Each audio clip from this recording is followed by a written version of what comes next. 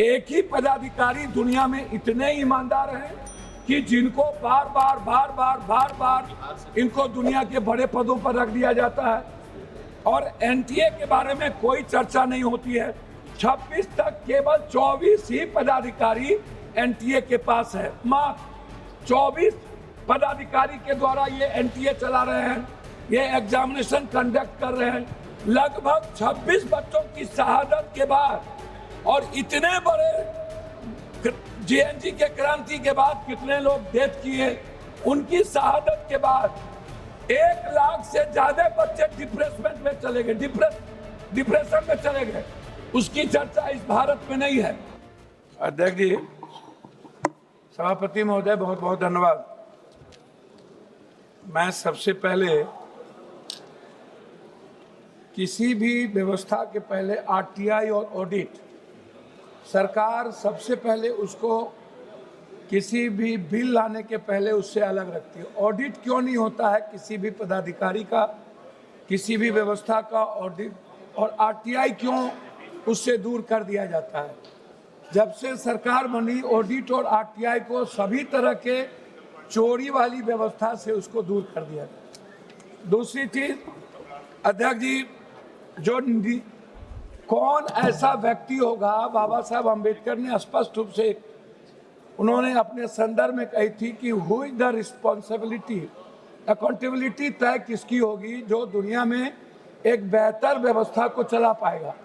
जब इस कंट्री में हमारे नेता, पदाधिकारी और माफिया सभी लोग मिलकर, आपसे मैं सिर्फ इतना कहना चाहूँगा, 2019-20 में, 2023-24 में एनटीए ने लगभग 3,554 करोड़ आय अर्जित की।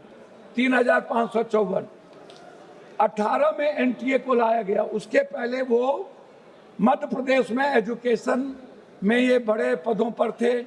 हाई कोर्ट ने इनको गिल्टी किया, फिर ये गिल्टी हुए। गिल्टी के बाद इनका प्रमोशन करके यूपीएससी का चेयरमैन बना दिया, फिर यूपीएससी के चेयरमैन में गिल्टी हुए, फिर इनको एनटीए का चेयरमैन बना दिया गया। एक ही पदाधिकारी दुनिया में इतने ईमानदार हैं कि जिनको बार बार इनको दुनिया के बड़े पदों पर रख दिया जाता है और एनटीए के बारे में कोई चर्चा नहीं होती है। दूसरी चीज, 26 तक केवल 24 ही पदाधिकारी एनटीए के पास है। मात्र 24 पदाधिकारी के द्वारा ये एनटीए चला रहे हैं, ये एग्जामिनेशन कंडक्ट कर रहे हैं। आपको आश्चर्य होगा सभापति महोदय, यह व्यक्ति, यह संस्था एक ऐसी संस्था है जिन्होंने 6 करोड़ से 8 करोड़ बच्चों का फॉर्म भरवाती है। 6 करोड़ से 8 करोड़, 20 लाख एग्जाम होता है 1 लाख नौकरी में, और 15 लाख एग्जाम होता है 1000 की नौकरी में जेई का, और नीट्स का होता है 20 लाख। 1 लाख नौकरी हम दे पाते हैं नहीं। हम कुछ बीएमएस में ले जाते हैं और कुछ हम बीएमएस के बाद नर्सिंग में ले जाते हैं।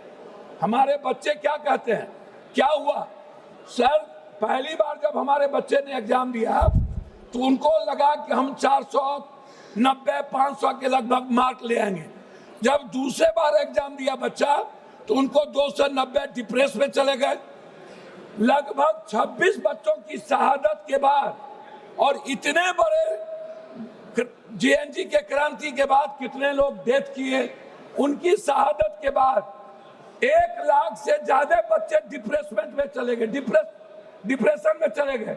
उसकी चर्चा इस भारत में नहीं है कि जो पहली बार 500 मार्क्स लाते और दूसरी बार 296, पहले बार जो क्वेश्चन था वो ब्रॉड था और दूसरे बार जो क्वेश्चन आया वो सेलेक्टेड कर दिया गया।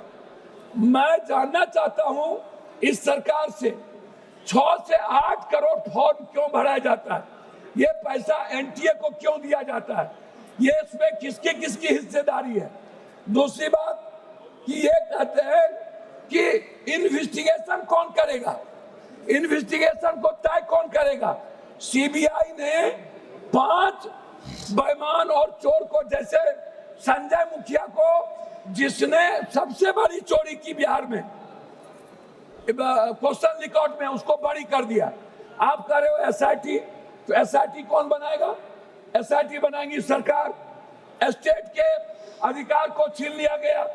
हमारा उसमें आपसे रिक्वेस्ट है कि जो पेपर लीक मामला है, ये पेपर लीक से नहीं है। आप इसको इस रूप में मत देखिए, इसके टर्नओवर को देखिए। इसके 2026 में छोटे वेंडरों के लिए 5 से 10 साल की सजा। आपने एनटीए के बारे में कुछ नहीं कहा। एसटीएफ बनाएंगे सत्ताधारी। आप 25 लाख बच्चे जो टारगेटेड हुए, उसमें भारत को अमेरिका के तर्ज पर एसएटी जीआरई मॉडल के साथ सर अभी शुरू किए सर। नहीं कंप्यूटर बेस्ड एडोप्टिक टेस्टिंग लागू करनी चाहिए रियल टाइम के अनुसार। कोरिया शोगनम मॉडल अपनाना चाहिए, जहां पेपर सेट करने वाले सैकड़ों प्रोफेसर परीक्षा से 1 महीने पहले गुप्त स्थान पर कड़ी सुरक्षा में पूरी तरह आइसोलेट कैद कर दिया जाता है। चीन के गुआको एग्जाम की तरह भारत में भी कैंडिडेट्स को पकड़ने के लिए आधार लिंकेड फेशियल रिकॉग्निशन अनिवार्य होना चाहिए। चीन के ही तर्ज पर चीटिंग करने वाले उम्मीदवार को माफियाओं के नाम डेटाबेस में डालकर आजीवन सरकारी नौकरी सुविधा और ब्लैक लिस्टेड कर देना चाहिए। फिनलैंड अभी थी सिस्टम से सीख लेना चाहिए कि इंटरनेट वाले क्लोज लोकल एयर गैप पर होती है, जिससे बाहरी हैकिंग या डाटा ब्रीच कोई गुंजाइश। जापान में 2021 में कॉमन टेस्ट रिफॉर्म्स के तहत परीक्षा रूट लर्निंग के साथ करना चाहिए।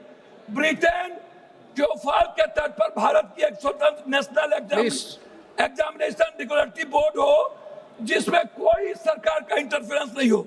एनटीए प्राइवेट वेंडर्स को तकनीकी और सुरक्षा ऑडिट करे। मैं बता रहा हूं अध्यक्ष जी, सिंगापुर के तरह digital chain of custody blockchain तकनीकी इस्तेमाल हो। एग्जाम सेंटर तक पूरी तरह एनक्रिप्टेड रहे। एक ये रिक्वेस्ट है।